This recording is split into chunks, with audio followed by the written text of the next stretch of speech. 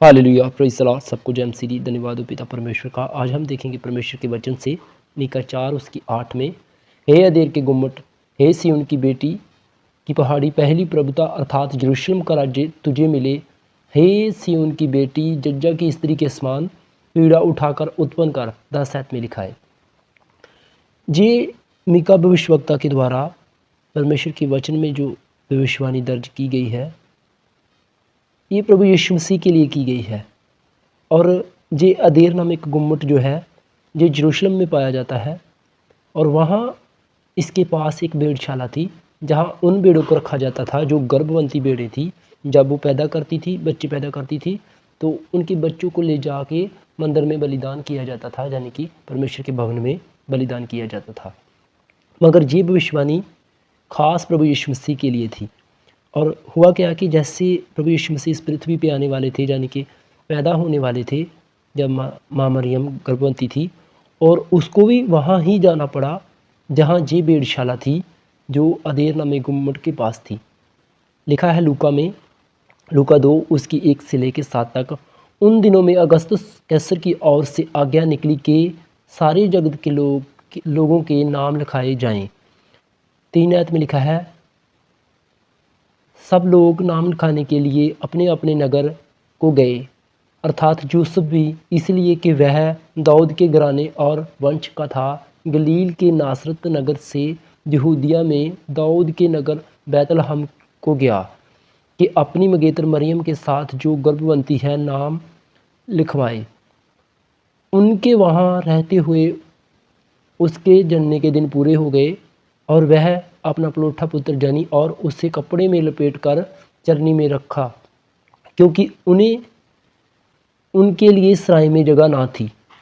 हुआ क्या कि जब माँ मरियम गर्भवती थी, तो उसी टाइम एक आज्ञा निकली कि अगस्तस कैसर की ओर से कि सब जगत के लोगों के नाम रजिस्टर किए जाएं। और यूसुफ भी, जो बैतलहम का था, दाऊद के नगर का था, वो अपनी मंगेतर मरियम के साथ बैतलहम को गया और माँ मरियम के साथ वहाँ गया, जो अपना नाम रजिस्टर करवाए, लिखवाए। और जब वो वहाँ पहुँचे तो माँ मरियम को जन्ने के दिन पूरे हो गए, तो उसे जन्ने के लिए ऐसा कोई प्लेस मिला ही नहीं कि जहाँ वो अपने बच्चे को पैदा कर सकती, क्योंकि जो सराएँ थी उसमें उनको जगह नहीं मिली। सराय एक ऐसा प्लेस होता है जो सरकारी प्लेस होता है, सरकारी क्वार्टर के जैसे होता है। जैसे कोई बाहर से यात्री आता है तो उसको रहने के लिए, रात गुजारने के लिए वहाँ पे रखा जाता है, चाहे वो 1-2 दिन रुक भी सकता है। मगर वहाँ पे भी इतनी भीड़ थी, इतनी ज़्यादा भीड़ थी कि उनको वहाँ भी जगह नहीं मिली। ये सराएँ इस दुनिया को दर्शाती है, ये संसार को दर्शाती है। और हमारे प्रभु यीशु मसीह को जब वो इस पृथ्वी पे आने वाला था, इस संसार में जगह नहीं मिली, और वहाँ उसको जगह मिली जहाँ उसके लिए भविष्यवाणी हुई थी, जो अदेर नामे गुम्मट के पास जो भेड़शाला थी वहाँ। तो लिखा है कि माँ मरियम ने अपने पलोठे पुत्र को जना और उसे कपड़े में लपेट के चरनी में रखा। कपड़े में लपेट के चरनी में इसलिए रखा क्योंकि ठंड के समय में प्रभु यीशु मसीह को गर्म जगह पे रखा जा सके। कपड़े में लपेटा, और जो चरनी होती है उसमें कुछ पराली वगैरह पड़ा होता है, उसमें उसको कपड़े में लपेट के रख दिया, क्योंकि उनके पास कोई ऐसी सुविधा है ही नहीं थी कि जहाँ उनको कोई अच्छा कंफर्टेबल कोई बिस्तरा मिल सके जहाँ वो रह सके। इसीलिए जैसे छोटे भेड़ के बच्चे को उसकी केयर किया जाता तो उसको कपड़े में लपेट के चरनी में रख देते थे, ऐसे ही प्रभु यीशु मसीह को भी उसी चरनी में रखा गया जिस चरनी में उन छोटे छोटे भेड़ के बच्चों को रखा जाता था। और प्रभु यीशु मसीह भी उन बच्चों की तरह हमारे लिए बलिदान हुए। तो ये भविष्यवाणी उस समय पूरी हुई। और सराएँ इस चीज़ को दर्शाती है कि सराएँ जो इस संसार है, इस संसार में हमारे परमेश्वर प्रभु यीशु मसीह को भी जगह नहीं मिली। और हुआ क्या कि जब प्रभु यीशु मसीह को जगह नहीं मिली, तो उसको पैदा होने के लिए वहाँ माँ मरियम को जाना पड़ा। और आजकल हमारे मसीह लोगों के साथ भी ऐसा ही होता है कि ये संसार के लोग हमसे जेलिस करते हैं, हमें वैर रखते हैं, विरोध करते हैं मसीह लोगों का।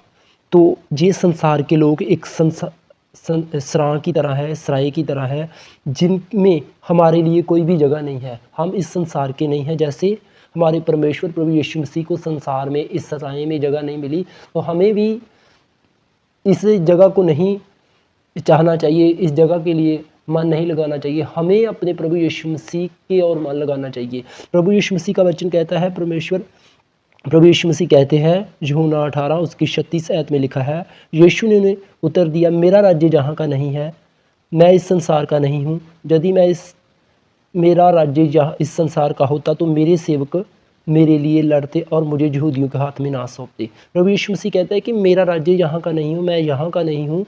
यदि मैं यहाँ का होता तो मेरे लोग मेरे लिए लड़ते और ना मुझे यहूदियों के हाथ में सौंपते। क्योंकि प्रभु यीशु मसीह से भी संसार के लोगों ने बैर किया, उसको मरवा दिया, उसको क्रूस पे चढ़ा दिया।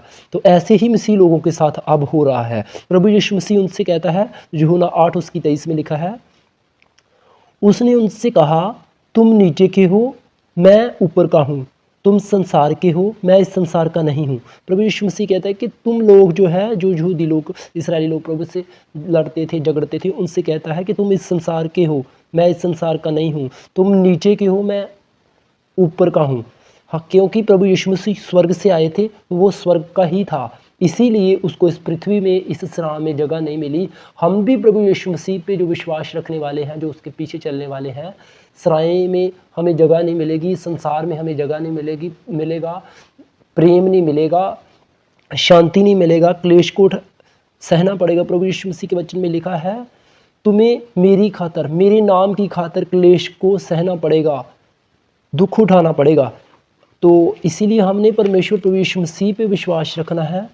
दुखों में, परेशानियों में हमने परमेश्वर यहोवा पे, प्रभु यीशु मसीह के पीछे चलते रहना है। इस संसार में अपना मन नहीं लगाना, पाप में, बुराई में, गंदगी में नहीं जाना। जैसे हमारा परमेश्वर पवित्र है, जैसे लिखा है कि तुम्हारा बुलाने वाला पवित्र है, तुम भी पवित्र बनो, जैसे मैं पवित्र हूँ तुम भी पवित्र बनो। लूका 23 उसकी 31 आयत में लिखा है कि क्योंकि जब उन्होंने हरे पेड़ से के साथ ऐसा करते हैं तो सूखे के साथ क्या कुछ ना करेंगे।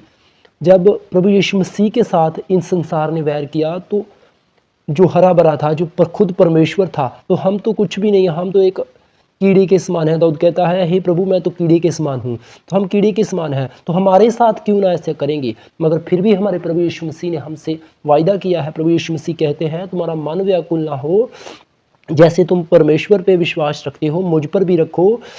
मेरे पिता के घर में बहुत से रहने के स्थान है, यदि ना होते तो मैं तुझे कह देता, क्योंकि मैं तुम्हारे लिए जगह तैयार करने को जाता हूँ। यदि मैं जगह जाकर तुम्हारे लिए जगह तैयार करूँगा और तुम्हें फिर आकर ले जाऊँगा, जहाँ मैं रहूँगा वहाँ तुम भी रहोगे। ये बात लिखी है यूहन्ना 14 उसकी 1-3 में। और हमारा परमेश्वर प्रभु यीशु मसीह हमें ये कहता है कि तुम्हारा मन व्याकुल ना हो, जैसे तुम पिता पर विश्वास रखते हो, मुझ पर भी रखो। जहाँ मैं हूँ वहाँ तुम भी होगे। मैं तुम्हारे लिए जगह तैयार करने के लिए जाता हूँ, यदि तैयार हो जाएगी तो मैं आके तुम्हें ले जाऊँगा। तो परमेश्वर हमारे लिए जगह तैयार करने के लिए गए हुए हैं। परमेश्वर बहुत जल्द आने वाले हैं। वो हमें एक अच्छी जगह पे लेके जाएगा, स्वर्ग में लेके जाएगा, जहाँ हमारा परमेश्वर है, हम भी रहेंगे। पौलुस कहता है 2 कुरिन्थियों उसकी 5 उसकी 1 से लेकर 6 तक लिखा है, क्योंकि हम जानते हैं कि जी जब हमारा पृथ्वी पर सा डेरा सिरखा घर गिराया जाएगा तो हमें परमेश्वर की ओर से स्वर्ग में एक ऐसा भवन मिलेगा जो हाथों से बना हुआ नहीं, मगर परंतु चिरस्थायी होगा। परमेश्वर का वचन कहता है, पौलुस कहता है कि हमें स्वर्ग में ऐसा घर मिलने वाला है जो सदा तक रहने वाला है। हम स्वर्ग में सदा तक रहने वाले हैं। जो हमारा पृथ्वी पर का डेरा सिरखा घर है, जो हमारी शरीर है, जो हमारी देह है, जब ये गिरा दी जाएगी, जब हम परमेश्वर में सो जाएंगे, जब स्वर्ग में उठा लिए जाएंगे, तो तब हमें स्वर्ग में एक अच्छा घर मिलने वाला है। इसीलिए अपना मन संसार की और संसार की बातों में और मत लगाओ, पाप की ओर मत लगाओ, बुराई से, गंदगी से हारो, पाप से दूर रहो, ताकि जैसे हमारा पवित्र परमेश्वर है हम भी पवित्र रहें। और जैसे परमेश्वर के लिए इस जगह ये जगह नहीं है, वैसे हमारे लिए भी ये जगह नहीं है। हम स्वर्ग के वासी हैं, हम स्वर्ग जाने वाले हैं।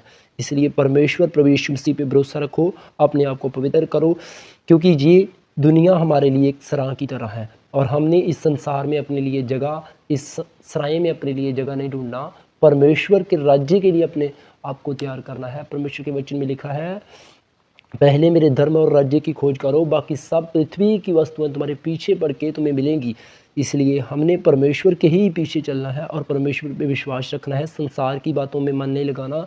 हाँ, कष्ट बुराई में भी, मुसीबत में भी, तंगी में भी, गरीबी में भी, अपनी बीमारी में भी ये मत सोचना कि हम बीमार हैं, हम दुखी हैं। इसको अपने मन से निकाल देना, क्योंकि ये दुनिया हमारे लिए नहीं है, ये सराय हमारी नहीं है, इसमें हमें जगह नहीं मिलेगी। हम कष्ट भी सहेंगे प्रभु के लिए। और जैसे लिखा है कि जो अंत तक सहता रहेगा वो ही बचा लिया जाएगा। इसलिए सहते रहो, परमेश्वर के पीछे चलते रहो। हमारा परमेश्वर पवित्र है, वफादार है, वो जल्द आने वाला है, वो हमें ले जाएगा। इस संसार में हमारे लिए जगह नहीं है, हमारा परमेश्वर हमारे लिए जगह तैयार कर रहा है। सबको जय मसीह की, आमीन।